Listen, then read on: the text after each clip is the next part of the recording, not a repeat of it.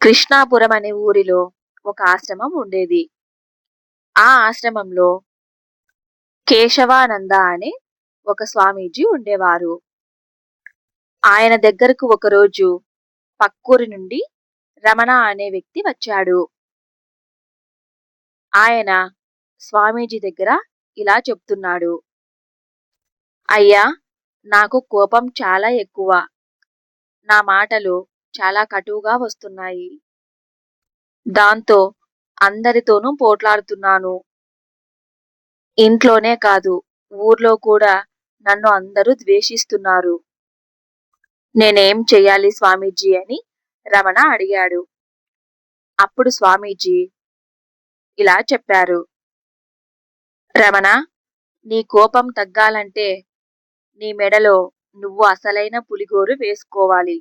మన ఊరికి పక్కనే ఉన్న అడవిలో ఒక ముసలి చిరుతపులి ఉంది. నువ్వు దాని దగ్గరికి వెళ్ళి నా పేరు చెబితే ఆ చిరుతపులి నిన్నేమీ చెయ్యదు. నువ్వు వెళ్ళి తెచ్చుకో అని చెప్పాడు స్వామీజీ. రమణ, సరే స్వామి, మీరు చెప్పినట్టుగానే అడవిలోకి వెళ్తాను అని చెప్పి అక్కడ్నుంచి బయలుదేరతాడు. రమణ స్వామీజీ దగ్గర నుంచి ఎంతో వేగంగా అడవిలోకి దారి తీశాడు. ఆ అడవిలో పులి ఎక్కడుందా అని అడవి మొత్తం వెతికాడు. చివరికి చిరుతపులి ఉన్న చోటికి చేరుకున్నాడు. రమణను చూసి నన్ను చంపడానికే వస్తున్నాడు వేటగాడు అని చిరుతపులి పరిగెత్తుకొని రమణ దగ్గరికి వచ్చింది. రమణ చాలా భయపడ్డాడు. చిరుతపులి రమణ మీదకు దూకబోతుండగా, ఆగండి, నన్ను కేశవానంద స్వామి గారు ఇక్కడికి పంపించారు. నాకు మీ పులిగోరు కావాలి అని అడిగాడు. అప్పుడు ఆ చిరుత రమణను ఏమీ చెయ్యలేదు. రమణతో ఆ చిరుతపులి ఇలా చెప్తుంది. నాకు వయసైపోయింది. జంతువులను వేటాడలేకున్నాను. కాబట్టి నువ్వు ప్రతిరోజు నాకు ఆహారం తెచ్చి పెడితే నా గోరు నీకిస్తాను అని ఆ చిరుతపులి చెప్పింది. చిరుతపులి చెప్పిన మాటలకు రమణ ఇలా చెప్పాడు. సరేనండి, మీరు చెప్పినట్టుగానే మీకు ప్రతిరోజు నేను ఆహారం తెచ్చి పెడతాను అని ఆ చిరుతపులికి మాటిచ్చాడు. మాటిచ్చిన విధంగానే ప్రతిరోజు రమణ ఆ చిరుతపులి కోసం ఆహారం తనే స్వయంగా తయారు చేసేవాడు. రోజు చేపలు మరియు మాంసము తానే స్వయంగా వండి చిరుతపులికి పెట్టేవాడు. చిరుతపులి ఎంతో సంతోషంగా రమణ వండిన ఆహారాన్ని తినేది. రమణ కూడా చాలా సంతోషించేవాడు. చిరుత ఇలా మాట్లాడుతుంది. నువ్వు వచ్చిన తర్వాత నాకు 3 పూటల మంచి ఆహారం దొరుకుతుంది. నేను కడుపు నిండా ఎంతో తృప్తిగా తింటున్నాను. నీకు చాలా ధన్యవాదాలు అని చెప్పింది. రమణ, మరేం పర్వాలేదు, నీకోసం నేను రోజు వేడివేడి భోజనం తయారు చేసి పెడతాను అని చెప్పాడు.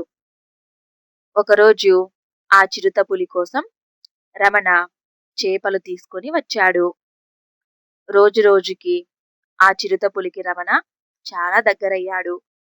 ఎంతో సన్నిహితంగా ప్రేమగా చూసుకున్నాడు. చిరుతకి కూడా వయసైపోయి జంతువులలో కలవలేకపోవడం వల్ల రమణ చేరువయ్యాక చాలా సంతోషంగా ఉంది. ఒకరోజు అడవిలో కుండపోత వర్షం కురిసింది. ఆ అడవిలో చిరుతపులి మరియు రమణ ఎంతో చక్కగా ఆడుకున్నారు. చిరుత ఆడుతూ ఆడుతూ కళ్ళు తిరిగి కింద పడిపోయింది. రమణకు ఏమీ అర్థం కాలేదు. చిరుత, ఎందుకు ఆడుతూ ఆడుతూ పడిపోయావు? నీకేమైంది అంటూ రమణ దగ్గరకు వెళ్ళి పులి దగ్గర కూర్చున్నాడు. అప్పుడు ఆ చిరుతపులి ఇలా చెప్పింది. నేను చనిపోయే సమయం వచ్చింది రమణ. నేను చనిపోయిన తర్వాత ఆ గోర్లు నువ్వు తీసుకెళ్ళు అని చెప్పింది. ఈ మాటలు విన్న రమణ ఏడుపు ఆపుకోలేకపోయాడు. కళ్ళ నిండా నీళ్లతో ఆ చిరుతపులి చెప్పిన మాటలు పదే పదే గుర్తొచ్చి ఏడుస్తూ కూర్చున్నాడు. రమణ చిరుతపులి మరణాన్ని భరించలేకపోయాడు. తన ఒడిలోనే మాటలు చెబుతూ చెబుతూ ఆ చిరుతపులి కన్ను మూసింది. ఆ విషయాన్ని మర్చిపోలేకపోయాడు రమణ. అడవిలో నుంచి ఏడుస్తూ కేశవానంద స్వామీజీ దగ్గరకు వచ్చాడు. స్వామి, నేను చిరుతపులిని ఎంతో ప్రేమతో చూసుకున్నాను. చివరికి ఆ చిరుత నా ఒడిలోనే ప్రాణాలు వదిలింది అంటూ ఏడుస్తూ అడవిలో జరిగిందంతా స్వామీజీకి వివరించాడు. ఈ మాటలు విన్న స్వామీజీ రమణతో ఇలా అన్నాడు. ఒక జంతువు చనిపోయిందని ఇంతలా ఏడుస్తున్నావు కదా, అదే సానుభూతిని, ప్రేమని నీ చుట్టూ ఉన్న మనుషుల మీద చూపించు. మనసులో ప్రేమ, జాలి ఎంత ఉన్నా సరిపోదు రమణ. వాటిని బయటికి చూపించాలి. అలా చూపించడం మొదలు పెడితే నీ కోపం తగ్గుతుంది. నీ చుట్టూ ఉన్న మనుషులందరూ నిన్ను ప్రేమిస్తారు. ఎందుకంటే ఎదుటివారు కూడా మనసులో ప్రేమ, జాలి, కరుణ అన్ని బయటికి చూపిస్తారు. ఇలా చేయడం వల్ల మనసు చాలా ప్రశాంతంగా ఉంటుంది అంటూ స్వామీజీ చెప్తాడు. అప్పుడు రమణ ఇలా అంటాడు. ఇంత చిన్న విషయాన్ని నేను తెలుసుకోలేకపోయాను స్వామి. నేను ఒక మూర్ఖుడిని. ఈ రోజు నుంచి మీరు చెప్పిన విధంగానే నడుచుకుంటాను. ఇక నాకు సెలవు ఇప్పించండి స్వామి అంటూ రమణ స్వామీజీ దగ్గర చెప్తాడు. అప్పుడు స్వామీజీ విజయోస్తు అని ఆశీర్వదిస్తాడు. నీకంతా మంచి జరుగుతుంది, వెళ్ళిరా నాయనా అని స్వామీజీ చెప్తాడు.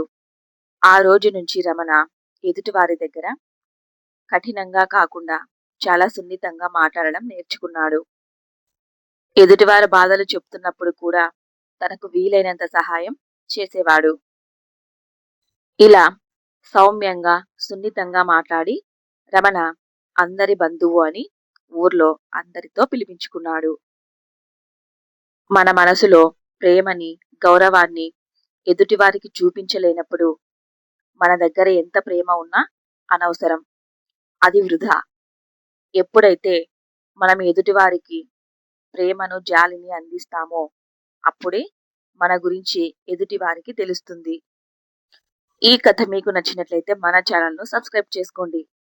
ఇలాంటి మంచి కథలు మనమందరం కలిసి మరెన్నో తెలుసుకుందాం. Thank you for the watching.